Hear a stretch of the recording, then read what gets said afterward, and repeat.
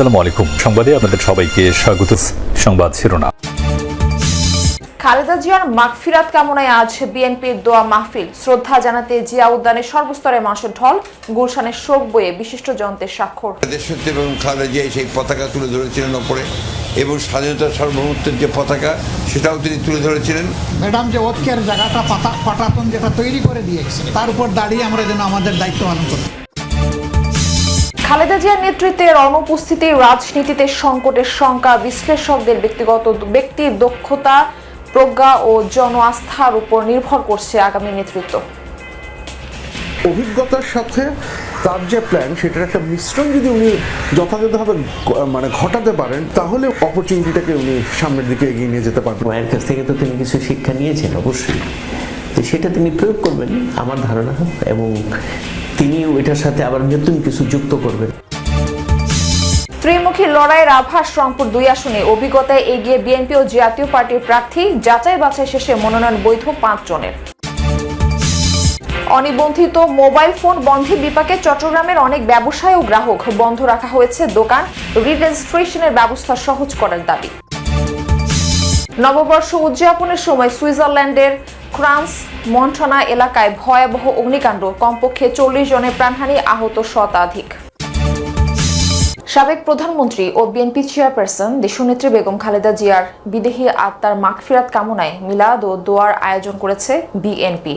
আজ বাদ আসর গুলশানস্থ আজাদ মসজিদ সহ দেশব্যাপী সুবিধাজনক সময়ে মিলাদ ও দোয়া মাহফিলের অনুষ্ঠান হবে। এর আগে গতকাল ভোর থেকেই কবর জিয়ারতের অপেক্ষায় ছিল দলীয় নেতাকর্মী ও সাধারণ মানুষ। বৃহস্পতিবার যারা শ্রদ্ধা জানাতে জিয়া উদ্যানে আসেন, তাদের অধিকাংশই রাজনীতির বাইরের মানুষ। বেলা 12টার দিকে মূল পথ খুলে দিলে জিয়া উদ্যানে প্রবেশ করেন তারা। সমাধিসৌধের ভেতরে কোরআন খতমও করেছেন একদল মানুষ। সমৃদ্ধ বাংলাদেশ গড়তে আপসহীন নেত্রীর আদর্শ ধরে রাখার তাগিদ দেন নেতাকর্মী, সাধারণ মানুষ সবাই। বাংলাদেশের রাজনীতির নেতৃত্বের পালাবদল হয়েছে অনেক, তবে এবারের চিত্রটা একেবারেই ভিন্ন। দল হিসেবে বিএনপির সরকার পরিচালনার অভিজ্ঞতা থাকলেও খালেদা জিয়ার মৃত্যুর পর সরকার প্রধানের অভিজ্ঞতা শূন্য এখন সব দলের নেতৃত্ব। বিশ্লেষকদের মতে খালেদা জিয়ার মতো নেতৃত্বের অনুপস্থিতি দেশের রাজনীতিতে সংকটের শঙ্কা তৈরি করেছে। তবে আগামীতে যারাই দেশ ও দল পরিচালনায় যুক্ত হবেন, তাদের স্মরণে রাখতে হবে বিগত রাজনৈতিক ইতিহাস। মোকাবেলা করতে হবে ভোটের রাজনীতিতে জনতার আস্থা অর্জন, ব্যক্তির নেতৃত্ব ও সুশাসন প্রতিষ্ঠার মতো চ্যালেঞ্জ। আহমেদ রেজা জানাচ্ছেন এর বিস্তারিত।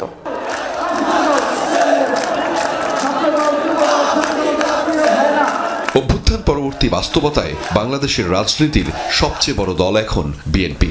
দলের প্রতিষ্ঠাতা জিয়াউর রহমানের মৃত্যুর পর যে দলের হাল ধরেছিলেন বেগম খালেদা জিয়া, বিরোধী দলে আর সরকারে নেতৃত্ব দেন 4 দশকের বেশি সময়। তার প্রস্থানের পর এই প্রথম সরকার প্রধানের অভিজ্ঞতা শূন্য বিএনপির নেতৃত্ব।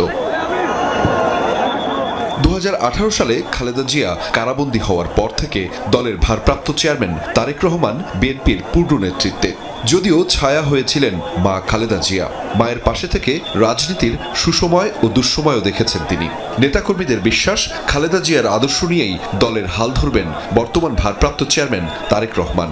তবে দীর্ঘ সময় দেশের বাইরে থাকা, অভ্যন্তরীণ সামাজিক ও রাজনৈতিক বাস্তবতায় এই কাজটি যে সহজ হবে না, তাও মনে করেন অনেকে।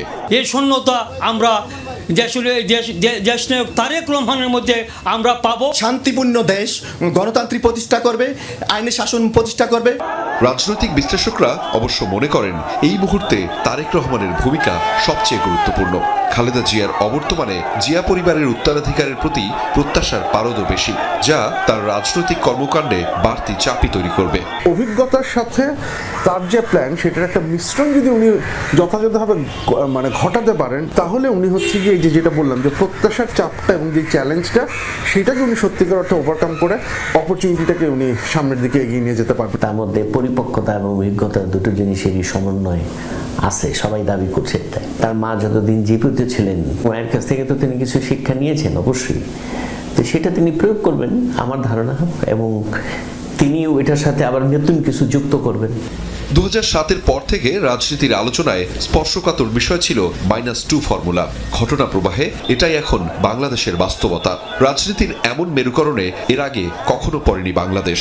ফলে বর্তমান রাজনীতি হবে শূন্যস্থান পূরণের। ব্যক্তির দক্ষতা, প্রজ্ঞা, মেধা ও জনগণের আস্থার উপরেই নির্ভর করবে বাংলাদেশের আগামীর রাজনীতি ও সরকারের নেতৃত্ব, বলছেন বিশ্লেষকরা। নতুন যারা আসবেন নেতৃত্বে, তারা যে শূন্যস্থানটা তৈরি হচ্ছেন সেটার গুরুত্বটা তারা ঠিকঠাক মতো বুঝছেন কিনা, দেশের পলিটিক্সের যে পরিবর্তনটা হচ্ছে সেটা তারা ঠিকঠাক মতো বুঝতে পারছেন কিনা এবং সে অনুযায়ী তারা কাজ করতে পারছেন কিনা। তাদের যে জায়গাটা ছিল যে দে কুড ইউনাইট, সবাইকে এক জায়গায় রাখতে পারতেন, নাকি ইউনিটিটা ধরে রাখতে পারতেন, এই জায়গাটা খুব এখন মিস করবো আমরা। তবে সব ছাপিয়ে ভোটের রাজনীতিতে বেগম খালেদা জিয়ার দীর্ঘ রাজনৈতিক পথ চলার প্রভাব পড়বে বলে মনে করেন বিশ্লেষকরা। তারা বলছেন, কতটা বিচক্ষণতার সঙ্গে তার পূর্বসূরীদের অনুসরণ করতে পারে তার উপর নির্ভর করছে তারেক রহমানের রাজনৈতিক ভবিষ্যৎ। ভোটের রাজনীতি, নেতৃত্বের চ্যালেঞ্জ আর সুশাসন ব্যবস্থাপনা। আগামীতে যেই দলের কিংবা দেশের নেতৃত্বে আসুক না কেন, তাকেই সামলাতে হবে এমন জটিল সমীকরণ। রংপুর 2 আসনে এবার ভোটের মাঠে জমে উঠেছে ত্রিমুখী লড়াই। জামায়াত, বিএনপি ও জাতীয় পার্টির প্রার্থীরাই মূল প্রতিদ্বন্দ্বী। 3 প্রতিদ্বন্দ্বীর 2 জন সাবেক এমপি হলেও জামায়াতের প্রার্থী নেই সেই রেকর্ড। এই আসনে মনোনয়নপত্র যাচাই বাছাই শেষে টিকে গেছেন 5 প্রার্থী। রংপুর 2 সংসদীয় আসন বদরগঞ্জ ও তারাগঞ্জ উপজেলা নিয়ে গঠিত। ভোটার সংখ্যা 3,80,981 জন। বিগত নির্বাচনে এই আসনে বিএনপি 1 বার, জাতীয় পার্টি 4 বার এবং আওয়ামী লীগ জয় পায় 7 বার। বিএনপির প্রার্থী মোহাম্মদ আলী সরকার 2001 সালে জাতীয় পার্টি থেকে এমপি হয়েছিলেন। অন্যায়ের প্রতিকার মোহাম্মদ আলী সরকার, এই স্লোগানে ভোটের মাঠে সরব তিনি। আলোচনায় আছেন জামায়াতের ATM Azharul Islam. অনিবন্ধিত mobile phone বন্ধ হওয়ায় বিপাকে চট্টগ্রামের অনেক ব্যবসায়ী ও গ্রাহক। এসব মোবাইল ফোন বিক্রির শত শত দোকান 2 দিন ধরে বন্ধ। সিদ্ধান্ত পরিবর্তন না হলে এই সেক্টরের সাথে সংশ্লিষ্টরা কর্মহীন হয়ে পড়বে বলে শঙ্কা প্রকাশ করছেন ব্যবসায়ীরা। দ্রুত সংকট সমাধানে সরকারের হস্তক্ষেপ কামনা। চট্টগ্রামে অনিবন্ধিত মোবাইল ফোনের সবচেয়ে বড় মার্কেট এই রিয়াজউদ্দিন বাজার। দোকান রয়েছে অন্তত 300।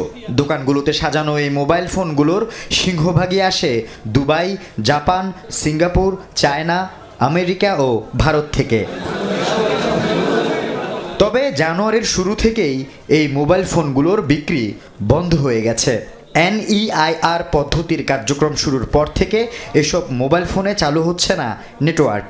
মোবাইল অপারেটরদের সংযোগ সিম স্থাপন করলেই জানিয়ে দেয়া হচ্ছে ফোনটি অনিবন্ধিত।